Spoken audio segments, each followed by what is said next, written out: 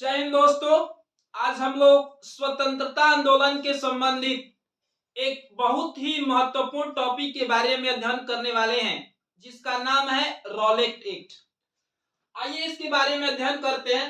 देखिए, आपको बोर्ड पे दिख रहा है, हेडिंग बनाया गया है रॉलेट एक्ट और सन दर्शाया गया है 1919 ईस्वी। देखिए, रॉलेट एक्ट का मतलब होता है कानून, और भारत पर अंग्रेजों के द्वारा एक कानून बना है। कौन सा जी? Rowlatt act. कब बना है जी? 1919 ईस्वी में। तो आपके परीक्षा में यदि क्वेश्चन पूछता है कि रॉलेट एक्ट का भारत आगमन कब हुआ, तो कब हुआ है जी? 1919 ईस्वी में। और देखिए, अगला पॉइंट हमारा क्या है, कह रहा है कि 19 मार्च 1919 ईस्वी को रॉलेट एक्ट का आगमन हुआ। देखिए, ये जो नियम है ना, इंग्लैंड में बना है, और इंग्लैंड में नियम बना और भारत में इसको लागू किया गया है। कब लागू किया गया है जी? 19 मार्च 1919 ईस्वी को इस एक्ट को क्या किया गया है जी? लागू किया गया है। तो यदि क्वेश्चन पूछेगा कि रॉलेट एक्ट का भारत आगमन कब हुआ है, तो 19 मार्च 1919 ईस्वी को इसका क्या हुआ है जी? आगमन हुआ है। अब देखिए, कह रहे ना कि रॉलेट एक्ट को काला कानून कहा जाता है। देखिए, रॉलेट एक्ट को काला कानून कहा जाता है। देखिए, आपके परीक्षा में यदि क्वेश्चन पूछेगा कि रॉलेट एक्ट को एक और किन नाम से जाना जाता है, तो रॉलेट एक्ट को और एक नाम क्या है जी? काला कानून। और रॉलेट एक्ट को काला कानून किसने कहा? तो महात्मा गांधी ने कहा था। रॉलेट एक्ट को क्या कहा था जी? काला कानून कहा था। अब देखिए, अगला पॉइंट क्या है, कह रहा है कि भारत में क्रांतिकारियों के प्रभाव को समाप्त करने के लिए रॉलेट एक्ट बना। देखिए, अगला पॉइंट हमारा है कि भारत में क्रांतिकारियों के प्रभाव को समाप्त करने के लिए क्या बना है जी? रॉलेट एक्ट बना है। जो रॉलेट एक्ट है ना, इसका मुख्य उद्देश्य था कि भारत में बढ़ती हुई क्रांतिकारी भावना को रोकना, क्रांतिकारी की भावना को रोकना। अब देखिए, यहाँ पे जो पॉइंट दर्शाया गया है, कह रहा है कि भारत में क्रांतिकारियों के प्रभाव को समाप्त करने के लिए रॉलेट एक्ट का आगमन हुआ या रॉलेट एक्ट बना। देखिए, 1885 से 1919 तक आते आते अंग्रेजों को लगने लगा कि भारत अब आजाद होने के कगार पर है। उन्होंने क्या कर दिया जी? एक्ट बना दिया। कौन सा एक्ट? तो ये रॉलेट एक्ट बना दिया। कब? 1919 ईस्वी में। अंग्रेजों को डर लगने लगा कि भारतीय क्रांतिकारी क्या हो गए हैं जी, हम लोग पर हावी हो गए हैं, अब तुरंत देश को क्या कर देंगे? आजाद कर देंगे। उन्होंने एक एक्ट बना दिया। कौन सा? Rowlatt Act. और रॉलेट एक्ट में एक प्रावधान था कि शंका के आधार पर किसी को भी क्या कर लिया जाएगा जी? गिरफ्तार कर लिया जाएगा। तो इसको काला कानून ही कहेंगे ना जी। तो शंका के आधार पर गिरफ्तारी करने की वजह से इसको क्या बोला गया जी? काला कानून बोला गया। और काला कानून किसने बोला? तो महात्मा गांधी ने बोला। अब देखिए, इसका उद्देश्य था ना कि जो क्रांतिकारी विचारधारा बढ़ रही है ना, उसको रोका जाए, उस पर क्या किया जाए जी?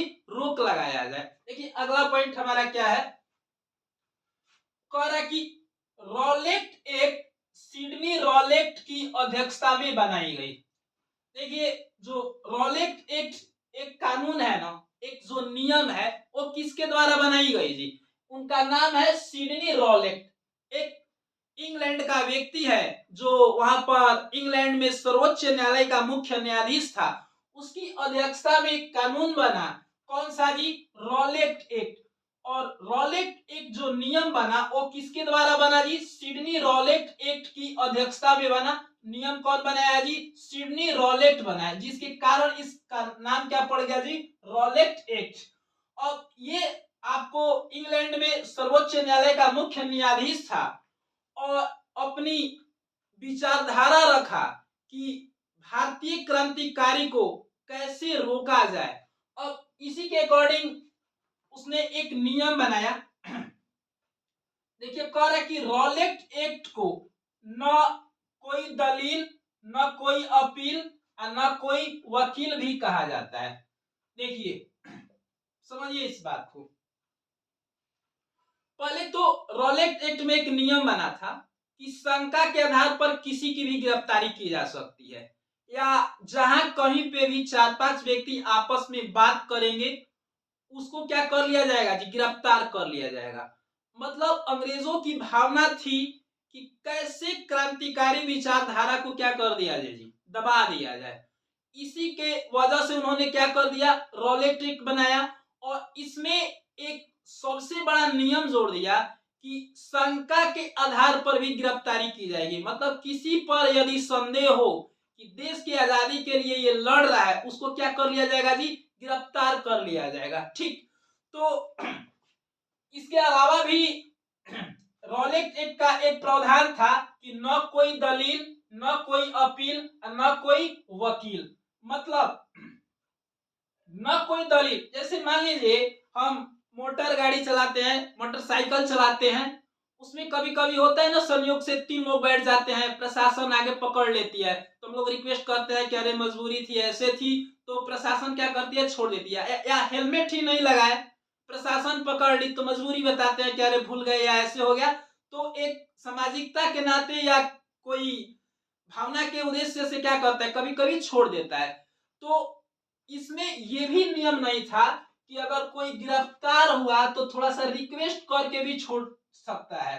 तो इसमें न कोई दलील, न कोई अपील, यदि आप गिरफ्तार हुए तो यह भी प्रश्न पूछने का अधिकार नहीं था कि हमारी गिरफ्तारी क्यों हुई है। अब देखिए दूसरा, न कोई वकील, यदि आप रॉलेट एक्ट के तहत गिरफ्तार हो गए तो आपके पक्ष से लड़ने वाला कोई वकील भी नहीं होगा, किसी कानूनी सलाहकार से आप राय भी नहीं ले सकते हैं, या आपका कोई केस लड़ने वाला नहीं होगा। तो देखिए कितना खतरनाक ये एक्ट है। कह रहे हैं ना कि रॉलेट एक्ट को न कोई दलील, न कोई अपील, न कोई वकील भी कहा जाता है। मतलब कोई आप अपने पक्ष में दलीली भी नहीं कर सकते हैं, आप अपील भी नहीं कर सकते हैं, आपके पक्ष से लड़ने वाला कोई वकील भी नहीं होगा। उसके बाद ये भी नियम था कि शंका के आधार पर गिरफ्तारी की जाएगी, और उसके बाद ये भी प्रावधान था आपको क्या जी, कि कहीं पे इकट्ठे होकर 4-5 लोग आपस में बात नहीं कर सकते। इन सभी कारणों की वजह से न कोई दलील, न कोई वकील, न कोई ये वकील, तो इन सभी कारणों की वजह से इसको क्या बोला गया जी, काला कानून बोला गया। शंका के आधार पर भी गिरफ्तारी थी, बहुत सारी चीजें इसमें लाई गई थी, जिसके कारण महात्मा गांधी के द्वारा इसको क्या बोला गया जी, काला कानून बोला गया। देखिए अगला जो हमारा पॉइंट है, कह रहा कि महात्मा गांधी ने 30 मार्च 1919 ईस्वी को रॉलेट एक्ट के विरोध में रॉलेट सत्याग्रह किया। देखिए फिर एक बार इस लाइन को पढ़ते हैं। कह रहा है कि महात्मा गांधी ने 30 मार्च 1919 ईस्वी को रॉलेट एक्ट के विरोध में रॉलेट सत्याग्रह किया। देखिए यहाँ पर कई बार बच्चे गड़बड़ कर देते हैं।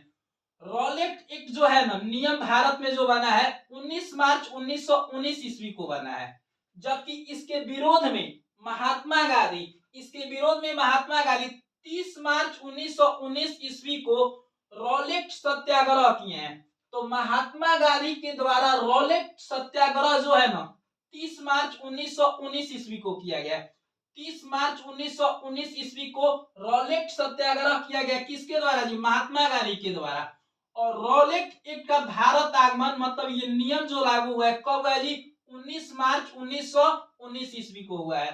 तो याद रखेंगे 30 मार्च 1919 ईस्वी को महात्मा गांधी के द्वारा रॉलेट एक्ट के विरोध में रॉलेट सत्याग्रह, रॉलेट सत्याग्रह कब महात्मा गांधी के द्वारा जी, तो 30 मार्च 1919 ईस्वी। जबकि रॉलेट एक्ट जो कानून बन के आया भारत में लगा है, कब हुआ है जी, 19 मार्च 1919 ईस्वी। अब देखिए अगला पॉइंट कह रहा है कि 6 अप्रैल 1919 ईस्वी को महात्मा गांधी के द्वारा रॉलेट एक्ट के विरोध में देशव्यापी हड़ताल किया गया। देखिए रॉलेट एक्ट के विरोध में ना महात्मा गांधी के द्वारा ये क्या किया गया है जी, यहाँ पर पढ़ सकते हैं, कह रहा है कि देशव्यापी हड़ताल किया गया। मतलब पूरे देश में रॉलेट एक्ट का विरोध किया गया, और इसका नेतृत्व कौन कर रहे थे जी, महात्मा गांधी। तो महात्मा गांधी के द्वारा देशव्यापी हड़ताल कब हुआ है जी? तो 6 अप्रैल 1919 ईस्वी को। और इसका मुख्य केंद्र बनाया गया कहां था जी? दिल्ली और पंजाब।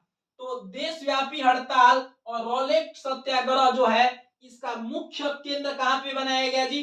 पंजाब में बनाया गया और दिल्ली में बनाया गया। अब देखिए अगला पॉइंट क्या है। कह रहा है कि रॉलेट एक्ट के विरोध में 8 अप्रैल 1919 ईस्वी को महात्मा गांधी को गिरफ्तार किया गया।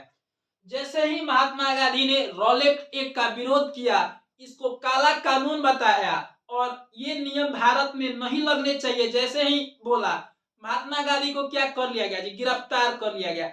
8 अप्रैल 1919 ईस्वी को रॉलेट एक्ट के तहत महात्मा गांधी को क्या किया गया जी? गिरफ्तार किया गया और मुंबई जेल में भेज दिया गया। तो यहाँ पर एक क्वेश्चन बनता है कि रॉलेट एक्ट के विरोध में 8 अप्रैल 1919 ईस्वी को महात्मा गांधी को क्या किया गया जी? गिरफ्तार कर लिया गया। अब देखिए अगला पॉइंट क्या है। 9 अप्रैल 1919 ईस्वी को डॉक्टर सत्यपाल और सैफुद्दीन किचली की गिरफ्तारी की गई। देखिए रॉलेट एक्ट के तहत ना डॉक्टर सत्यपाल और सैफुद्दीन किचलू की गिरफ्तारी हुई। देखिए डॉक्टर सत्यपाल और सैफुद्दीन किचलू ना पंजाब के प्रसिद्ध नेता थे और ये लोग रॉलेट एक्ट का मतलब पूरे जोरों शोर से विरोध कर रहे थे कि मतलब ये काला कानून है, भारत में नहीं लगना चाहिए इस प्रकार के नियम। तो 9 अप्रैल 1919 ईस्वी को डॉक्टर सत्यपाल और सैफुद्दीन किचलू की क्या की गई जी? गिरफ्तारी की गई। और रॉलेट एक्ट के तहत महात्मा गांधी के बाद गिरफ्तार होने वाले ये नेता डॉक्टर सत्यपाल और सैफुद्दीन किचलू है, इनको गिरफ्तार किया गया था। और डॉक्टर सत्यपाल और सैफुद्दीन की किचलू की गिरफ्तारी की वजह से क्या हुआ जी? जलियांवाला बाग में मीटिंग किया गया था, जो कि जलियांवाला बाग हत्याकांड होगा। इन्हीं लोगों की गिरफ्तारी की गई थी। किनको जी? डॉक्टर सत्यपाल और सैफुद्दीन किचलू को गिरफ्तार किया गया था। और इन्हीं लोगों को छुड़ाने की वजह से मतलब छुड़ाने के लिए क्या किया गया जी? ये पंजाब के अमृतसर में मीटिंग किया गया, जबकि क्या होगा जी? जलियांवाला बाग हत्याकांड, जो कि हम लोग कल पढ़ेंगे एक वीडियो के माध्यम से। और आज हमारी वीडियो यहीं पे समाप्त होती है। यदि हमारी वीडियो आपको अच्छी लगी होगी तो प्लीज आप वीडियो को लाइक करें, वीडियो पे कमेंट करें और हमारे चैनल को सब्सक्राइब करें। मिलते हैं अगले वीडियो में, तब तक के लिए जय हिंद।